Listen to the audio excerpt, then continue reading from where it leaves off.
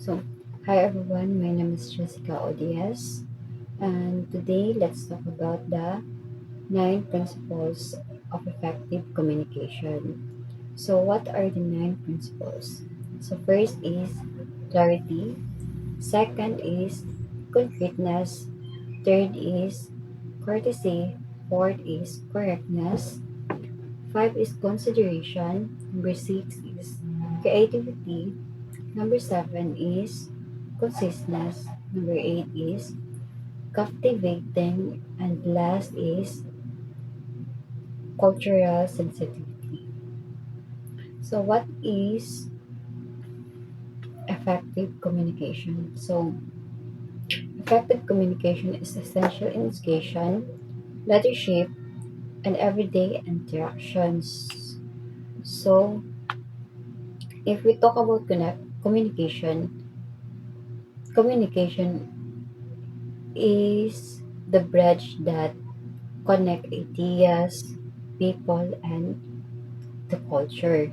So, and it's about making sure your message is understood, respected, and remembered. So, in this report, we will focus on the four foundational principles. So, muna siya ang clarity, concreteness, courtesy, and correctness. So, these principles guide communication in, in expressing ideas and precision and empathy. And now let's talk about first the clarity. So, what is clarity? So, clarity makes speeches understandable. Fuzzy language is absolutely forbidden, which are jargon, cliche expressions, and euphemism and double speak language. So, diri as a clarity means making your message simple and easy to understand. So, for example, diri as a fuzzy version. So, we must initiate a comprehensive restructuring of our pedagogical framework to enhance learner outcomes. So, di ba makita nimo diri ang grabe jud ka technical word ilang gamit kanang lisod kaayo sabton. So, if if we if a clear version nato siya is the teacher needs to adjust their lessons so students can understand topics better and learn more effectively. So, diri sa koan kay every words kay diretso ang purpose ug dali siya masabtan. So, it means ang clarity is dapat klaro o diretso nga communication. So, clarity ensures your audience does not get lost, but it guides them to the meaning. The second one is concreteness. So, what is concreteness? So, concreteness reduces misunderstandings. Messages must be supported by facts such as research data, statistics, and figures. To achieve concreteness, abstract word must be avoided. So, if we talk about concreteness, kay dapat mm, dili lang siya nga storya. So, for example, if moingon ra kag students perform better in math this semester. So, medyo dili siya klaro or malibog jud ka kay basin la basin lain-lain og interpretation ang makadungog. So para dili siya malibog, i-concrete na to siya. In the midterm exam, 85% of students scored above 75 in mathematics compared to only 60% last semester. So, diri mas klaro kaayo o mas dali jud siya i-figures ang support sa imong mga giingon. So, so ang point sa ang point jud sa concreteness kay last chance of misunderstanding kay klaro naman kaayo ang detail sa imong giingon.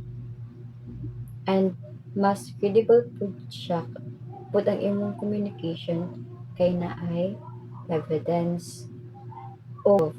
So in short, the concreteness dili lang siya nga storya lang kundi storya na ay klarong gibasihan. Okay, we proceed to the third one is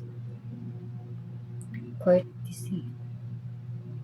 So what is courtesy? So courtesy builds goodwill. It involves being polite in terms of approach and manner of addressing individual. So diri ang pasabot ani kay ang pagpakita nimo og respeto o goodwill. So um, for example, na student na mali. If, di ba, if imo siyang pangasap-an diretso kay basin maulawan na noon siya or ma-discourage pa sa iyang kaugalingon. So, pero kung courteous ka, imong tono kay dapat polite and respectful. Parihaan ni, for example sa teacher, "Good morning, Maria. I'm glad you made it. Next time, please try to come on the time so you won't miss anything important." So, dapat nagpakita ka og concern sa iya ha para dili siya ma-offend. So, in short, courtesy is equal to respect and kindness sa communication. Dili lang siya about sa context, kundi sa attitude o delivery sa imong giingon. So, courtesy build relationships, soften correction, and show empathy. Where people feel respected, they listen more openly.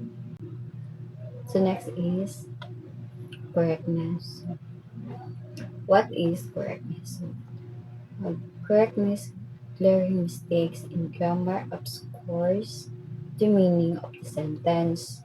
Also, the misuse of language can damage your credibility.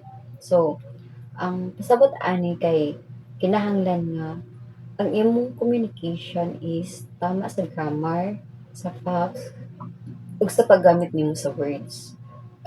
For example, this one, the experiment was a bigly success.